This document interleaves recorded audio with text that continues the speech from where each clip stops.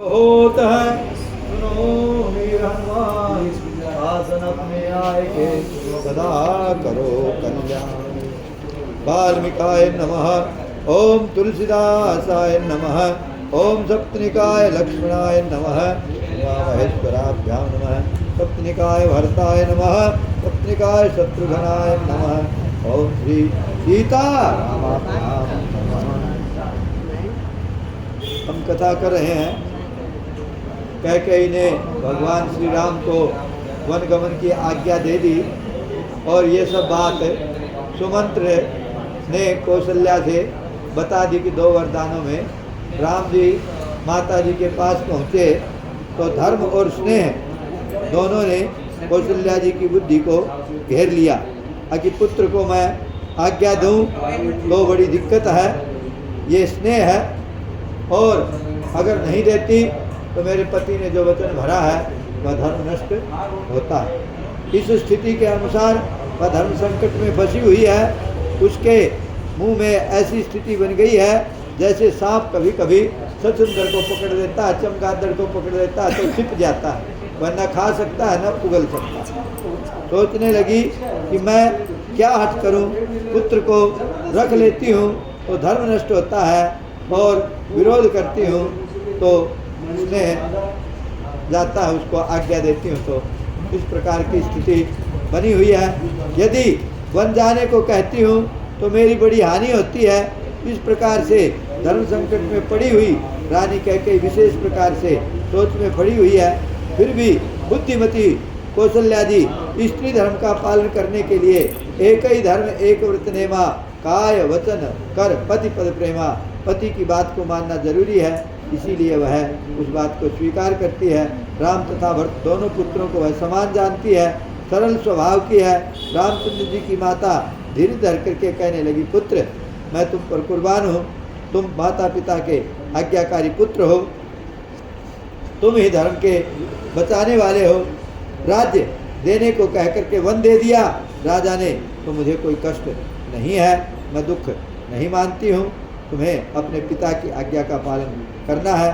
तुम्हारे बिना भरत को महाराज प्रजा का राजा बनाए मुझे कोई क्लेश नहीं होगा। पुत्र यदि केवल पिता ही की आज्ञा है तो भी ठीक है और माता की आज्ञा है तो उससे भी बड़ी हर्ष की खुशी की बात है, किंतु यदि माता पिता दोनों वन जाने को कह रहे हैं तो इसमें कष्ट ही क्या है।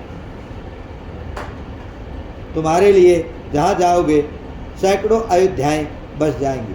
वन के देवता तुम्हारे माता पिता होंगे, वन की जो देवियां हैं वो तुम्हारी माँ होंगी, वहाँ के पशु पक्षी तुम्हारे मित्र होंगे, सेवक होंगे। राजा के लिए जहाँ कहीं जाता है वह वन में भी राज्य बन जाता है। तुम स्वयं राजा हो। हे रघुवंश के तिलक, हे रघुवंश की शोभा, वन बड़ा भाग्यवान रहे तुम्हारे लिए। अवध की तरह तुम्हें सब प्रकार के सुख वहाँ पर मिले जिसे तुमने त्याग दिया। हे पुत्र यदि मैं कहूँ कि मुझे भी साथ ले चलो तो कोई गलत नहीं होगा, मैं मानती हूँ कि पुत्र मैं भी तुम्हारे साथ चलूँ। हे पुत्र तुम सभी के प्यारे हो, प्राणों के समान, सबके जीवन का आधार हो, तुम कहते हो तो मैं भी चलूँ। मैं तुम्हारे वचनों को सुन करके बड़ी प्रसन्न होंगी। यह सोच करके झूठा स्नेह बढ़ा करके हट नहीं करना चाहती, मैं यह सत्य कहती हूँ, मैं तुम्हें पर बलिहारी जाती हूँ। माता का नाता मान करके मेरी तुम सुध भूल न जाना। हे गोसाई, हे प्रभु, सब देव और पितर तुम्हारी सब प्रकार से रक्षा करें। जैसे पलकें आँखों की रक्षा करती हैं उसी प्रकार के वन के सब लोग तुम्हारी रक्षा करें। तुम्हारे लिए वन की जो ये 14 वर्ष की अवधि है, समय है, वह एक पल के समान बीत जाए। प्रियजन तुम्हारा सब प्रकार से रक्षा करें। दया की खान हो तुम, धर्म की धुरी हो। माता ने अपने पुत्र का साहस बढ़ाया और इस प्रकार से शोक का त्याग करते हुए राम को वन गमन के लिए माता आज्ञा दे रही है कौशल्या, और यह भी विनती कर रही है कि तुम कहो तो मैं साथ चल सकती हूँ। बोलो सियावर रामचंद्र की जय।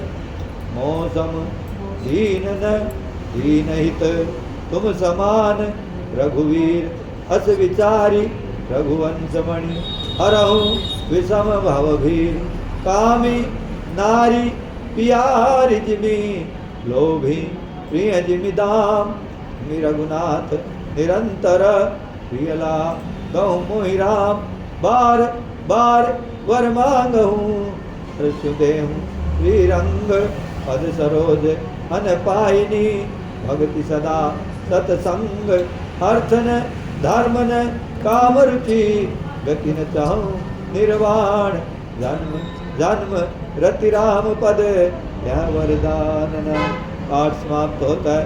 सुनो वीर हनुमान आसन अपने जाय के सदा करो कल्याण।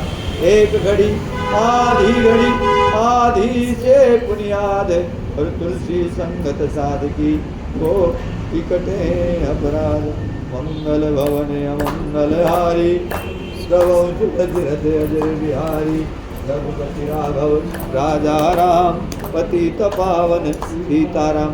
जो भाई प्रसाद ले आए हैं यहाँ बैठे बैठे अपना प्रसाद भगवान को अर्पित करना चाहते हैं।